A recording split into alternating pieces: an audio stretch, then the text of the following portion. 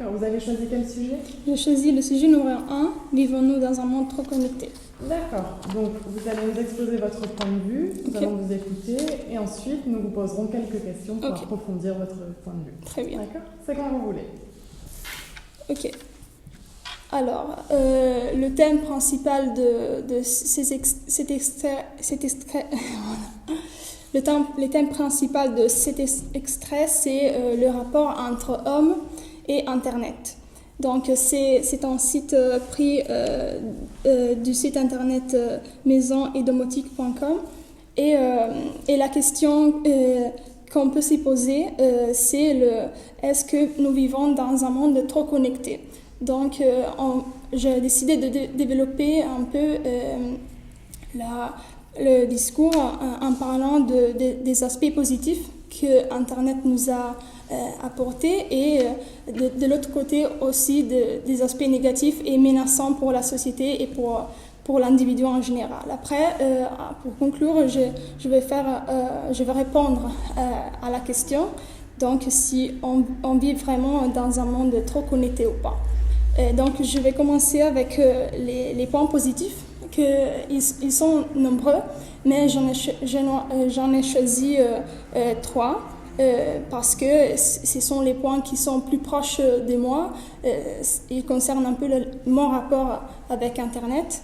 Et donc, le premier point que j'ai choisi, c'est l'aspect de l'actualité. Donc, Internet, c'est une source très intéressante parce que ça nous permet vraiment d'obtenir beaucoup d'informations sur les événements très récents ou pas, d'un pays ou d'un autre pays.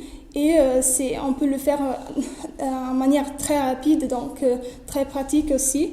Et donc, en quelques secondes, on peut se rendre compte de ce qui nous entoure, ce qui se passe dans la société d'aujourd'hui.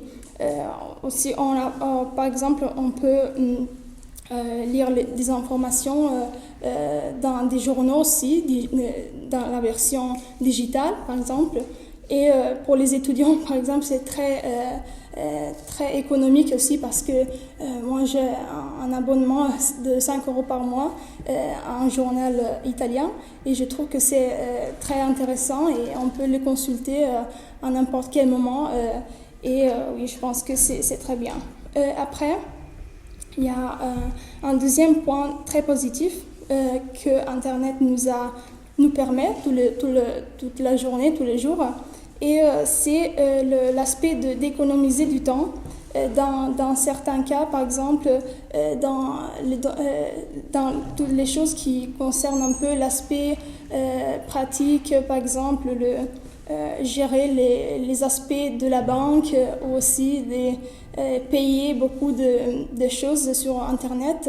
Et ça aussi nous permet d'économiser beaucoup de temps parce que si on n'avait pas Internet, on devrait sortir de la maison et aller jusqu'aux les établissements de chaque entreprise, on peut dire à la banque ou dans beaucoup d'autres, à la gendarmerie, dans tous les mairies et tout ça. Après, le troisième point que j'ai choisi, c'est un peu mon préféré parce que Internet nous permet aussi d'apprendre beaucoup. Surtout, je suis en train de parler des langues étrangères, par exemple, parce que si on va sur Internet et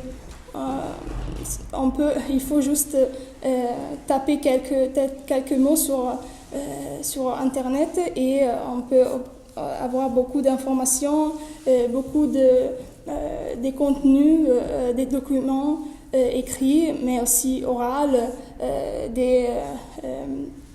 On peut aussi écouter de la radio et ça, c'est très pratique et surtout, c'est aussi gratuit, donc il y a plein d'avantages. Donc, c'est terminé pour l'aspect positif et je vais passer aux aspects négatifs. Ils sont beaucoup, bien sûr, mais il y en a certains qui sont vraiment menaçant. Je vais commencer avec le rapport entre l'individu et les réseaux sociaux, les applications qui nous prennent beaucoup de temps pendant la journée. Et je vais utiliser un mot, un néologisme, on peut dire anglais, qui résume très bien ce que je veux dire. C'est le mot Ring City, c'est un mot qui mélange un peu l'anxiété liée au son des notifications qu'on reçoit. Donc Ring, c'est les mots pour le son, et City, oui, c'est la partie de l'anxiété. Donc ça, on peut comprendre que c'est un lien un peu toxique entre hommes et réseaux sociaux, et ça peut vraiment casser la sérénité pendant la journée, parce qu'on est toujours là sur l'écran, et vraiment ça devient un peu lourd à la fois. Donc le deuxième point, c'est la manipulation et la propagande faite à travers Internet. Donc Internet est là pour être utilisé aussi par beaucoup de gens qui n'ont aucun type de culture d'information. Je pense par exemple au Covid, on peut dire n'importe quoi sur les vaccins, etc. Et on peut aussi vraiment faire changer d'idée à des personnes qui ont des pensées un peu qui sont pas, on peut dire, pas trop bien définies. Donc on risque vraiment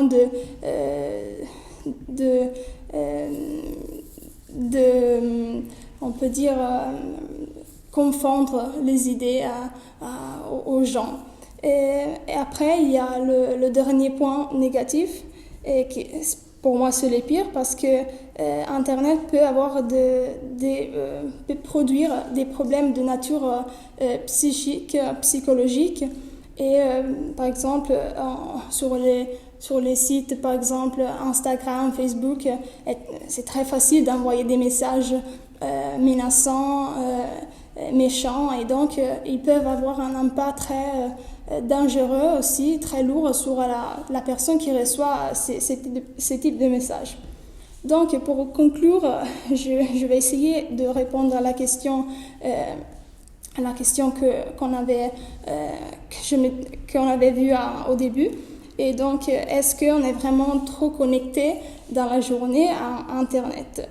Je pense que oui, on est vraiment trop connecté, et d'un côté, c'est aussi notre faute, mais parce on est libre en fait de gérer notre temps avec Internet. On peut décider quand on peut l'utiliser ou pas.